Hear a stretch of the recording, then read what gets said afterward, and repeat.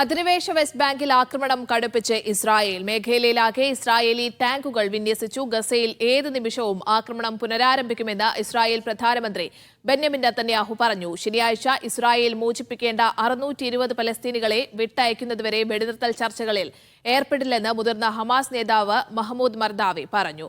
K Suhail international ഡെസ്കിൽ നിന്ന് വിവരങ്ങൾ പങ്കുവയ്ക്കും. സുഹൈൽ, ഗസയിലെയും വെസ്റ്റ് ബാങ്കിലെയും താൽക്കാലിക സമാധാനത്തിന് അറുതിയാവുകയാണോ ഇതോടെ?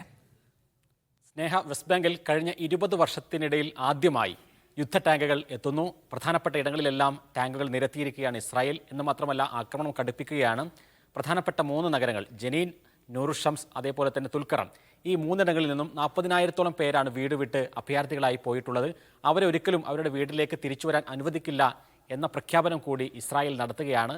സമ്പൂർണ്ണമായി വീണ്ടും വെസ്റ്റ് ബാങ്ക് പൂർണ്ണമായും പിടിച്ചെടുക്കാനുള്ള ശ്രമമാണ് എന്നാണ് ഇപ്പോൾ ഫലസ്തീൻ സംഘടനകൾ പറഞ്ഞുകൊണ്ടിരിക്കുന്നത്. മറുഭാഗത്ത് ഗസയിൽ ഉടൻ ആക്രമണം തുടങ്ങുമെന്ന് ഇസ്രായേൽ പ്രധാനമന്ത്രി ബെന്യാമിൻ നെതന്യാഹു ഇന്നലെ പ്രഖ്യാപിക്കുന്നു.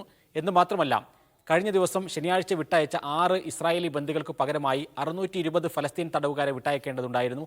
അവരെ ഇതുവരെ വിട്ടയച്ചിട്ടില്ല. ആ വിട്ടയക്കാത്ത ഇസ്രായേൽ നടപടിക്ക് അമേരിക്ക കൂടി ഇപ്പോൾ പിന്തുണ നൽകുന്നു എന്ന് പറയുമ്പോൾ രണ്ടാം ഘട്ട വെടിനിർത്തൽ അസാധ്യമാകുമോ എന്ന വലിയ ചോദ്യം ഉയരുകയാണ്. എന്ന് മാത്രമല്ല, ഹമാസും ഇപ്പോൾ പ്രഖ്യാപിച്ചു കഴിഞ്ഞു, ആ 620 ഫലസ്തീൻ തടവുകാരെ വിട്ടയച്ചാലല്ലാതെ ഇനി ചർച്ചയുടെ ടേബിളിലേക്ക് പോകില്ല.